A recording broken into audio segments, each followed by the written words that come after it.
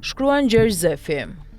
Më 13 prill 2026, Donald Trump vendosi të bëjë atë që bëjnë zakonisht liderët që nuk durojnë dot kufi moral. Sulmoi njeriun që nuk i bindet skenarit të tij. Papa Leo XIV, pasi kritikoi luftën Shuba-Izrael kundër Iranit dhe retorikën e shenjtërimit të forcës, u godit nga Trump si i dobët për krimin dhe i tmerrshëm për politikën e jashtme. Përgjigjja e papës ishte e ftohtë, e prerë dhe cinike. Ne nuk jemi politikan, jemi paqebërës. Kaq mjaftoi që shtëpia e bardhë të dukej e vogël, nervoze dhe lakuriq në planin moral. Kjo nuk është thjesht një zënk mes një presidenti dhe një pape. Kjo është një përplasje klasike mes pushtetit që kërkon nënshtrim dhe autoritetit moral që refuzon të bëhet dekori i tij. Trump, si shumë sundues para tij, nuk është zemëruar se papa ka gabuar. Është zemëruar sepse papa i ka prishur koreografin. Lufta në gjuhën e pushtetit duhet të shitet si siguri, bombardimi si stabilitet, arroganca si patriotizëm. Papa Leo i emëroi drejt. Lufta prodhon vuajtje dhe përdorimi i Zotit për të drejtën është një mashtrim i vjetër me kostum të ri. Trump ka një problem thelbësor me figura si papa.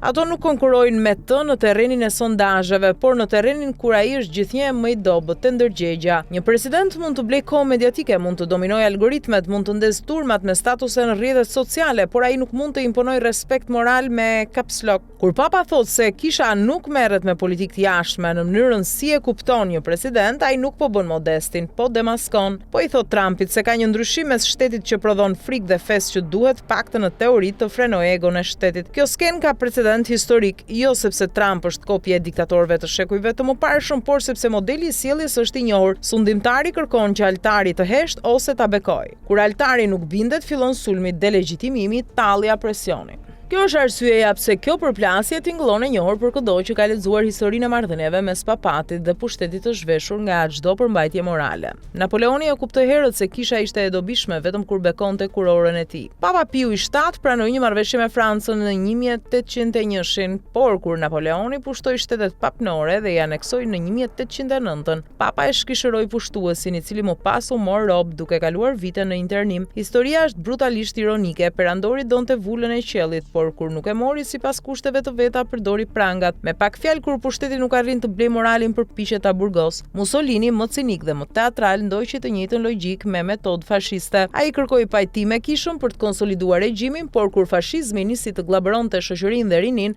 Papa Piu XI reagoi. Në enciklikën Non abbiamo bisogno të vitit 1931, Vatikani dënoi ato që e quajti në thelb adhurim pagan të shtetit dhe një revolucion që rrëmben të rinjt nga kisha për t'i edukuar me urrejtje e dhunë. Kjo është formula e çdo regjimi të etur për kontroll total, të zëvendësoj Zotin me shtetin dhe ndërgjegjen me disiplinën. Edhe me nazizmin, përplasja mori formën e njohur të mashtrimit fillestar dhe denoncimit të vonuar. Regjimi i Hitlerit firmosi konkordat me Selinë e Shenjtë në 1933 dhe më pas i shkeli sistematikisht. Në 1937 Papa Piu XI publikoi Mit brennender Sorge, ku dënoi mitin e racës, idhujtarinë e shtetit dhe shkeljet e marrëveshjes nga Raihu. E thën Troçe dhe atëherë pushteti donte një kishë dekorative, jo një kishë që kujton se njeriu nuk është lëndë e parë për makinerinë ideologjike. Në shekullin e 20 vonë, përplasja mes papatit dhe autoritarizmit mori një formë tjetër me John Paulin II. Ai nuk komandonte ushtrim, por ndikimi i tij mbi Poloninë komuniste dhe lëvizjen Solidarność ndihmoi të hapej një çarje në bllokun sovjetik. Mesazhi i tij nuk ishte me armë, por me dinjitet, dhe kjo është pikërisht ajo që regjimet e forta urrejnë më shumë. Jo armët, por njeriu që u kujton qytetarëve se frika nuk është virtyt. Prandaj përplasja Trump-Leo nuk duhet lexuar si episod folklorik i një presidenti impulsiv që zgjohet i inatosur dhe shkruan një status. Ajo duhet lexuar si simptom e një sëmundje më të thellë të politikës bashkëkohore.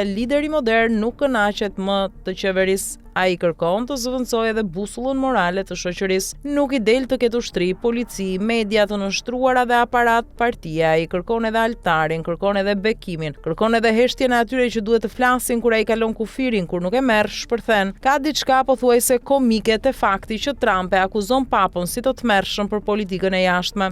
Sigurisht që është, një pap serioz është gjithnjë i tmerrshëm për politikën e jashtme të ndërtuar mbi kërcënim, mbi kultin e forcës dhe mbi justifikimin teologjik të luftës. Një pap pap që thot mjaft më luftë është i padurueshëm për çdo administratë që kërkon ta paraqesë zjarrin si diplomaci. Problemi nuk është se papa s'kupton real politikën, problemi është se ai e kupton fare mirë dhe refuzon të gjunjëzohet para saj. Leo i 14 në këtë histori nuk del domosdoshmërisht heroi pagabueshëm. Asnjë pap nuk është i tillë dhe historia e Vatikanit është plot me heshtje, kalkulime dhe kompromise, por në këtë rast ai ka bërë ato që shumë liderë civil nuk guxojnë ta bëjnë. I ka thënë superfuqisë se paqja nuk është dobësi dhe se feja nuk është licencë për luftë. Kjo e bën përgjigjen e tij më të madhe se vetja. Ai nuk fitoi një debat publik, ai rivendosi një kufi, jo çdo gjë që i leverdis pushtetit mund të na imponohet si e moralshme. Në fund ky është nervi i vërtetë i konfliktit.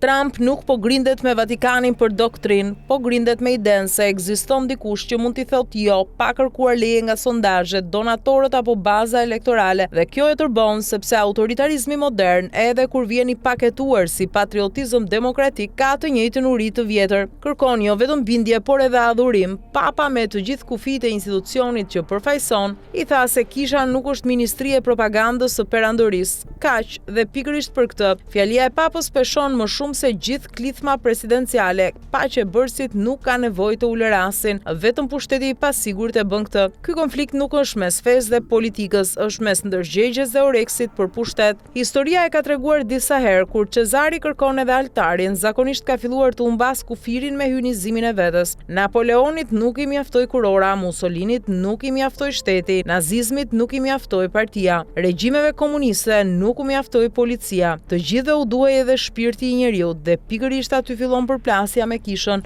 ose me çdo zë moral që refuzon të shndërrohet në dekor o borri.